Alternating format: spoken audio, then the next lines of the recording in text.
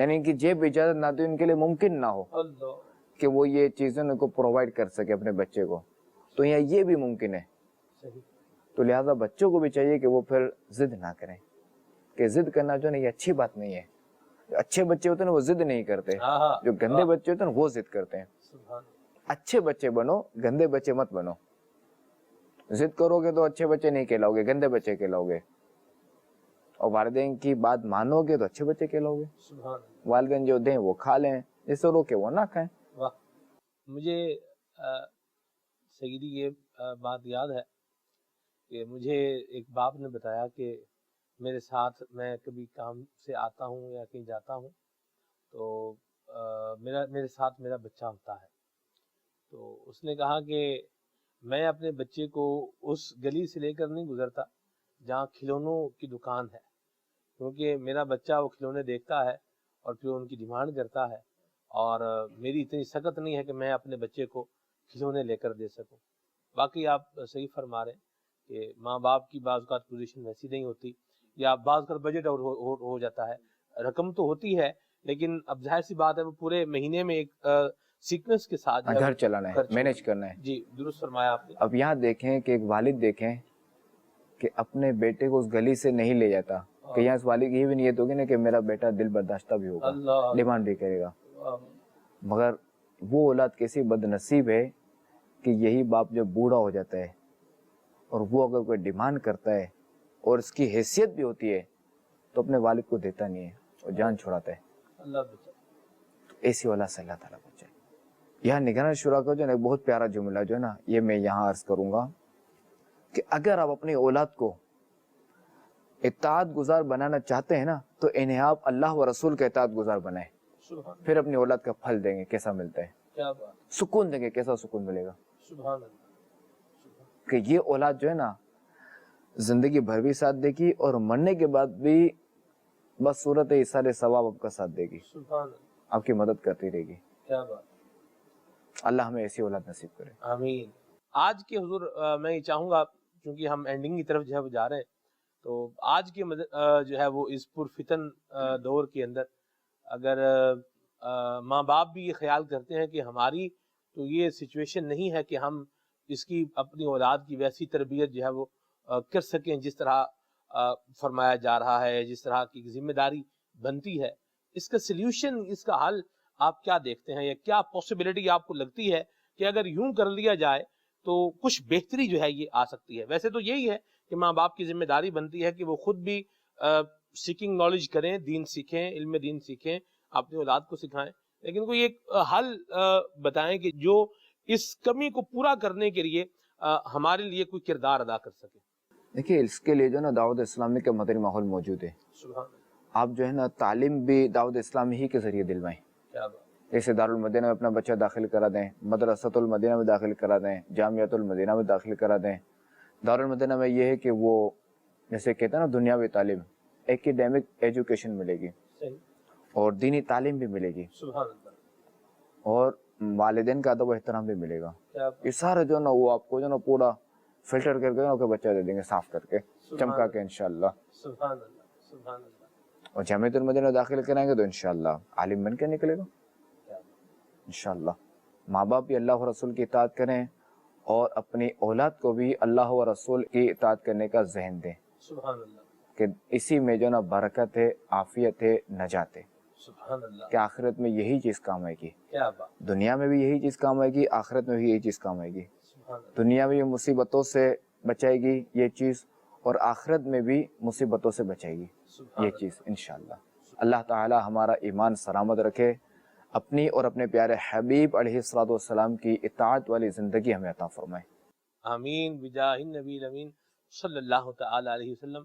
قبلہ جانشین میرے سنت کے انہی مدنی پھولوں پر سلسلے کو اختتام کی طرف لے کر چلتے ہیں. صلو علی الحبیب صلی اللہ تعالی علی محمد. اے امام احمد رضا، اے امام احمد رضا، تو نے باطل کو مٹایا. اے امام احمد رضا، دین کا ڈنکا بجایا. ہے احمد رضا پیارے امام احمد رضا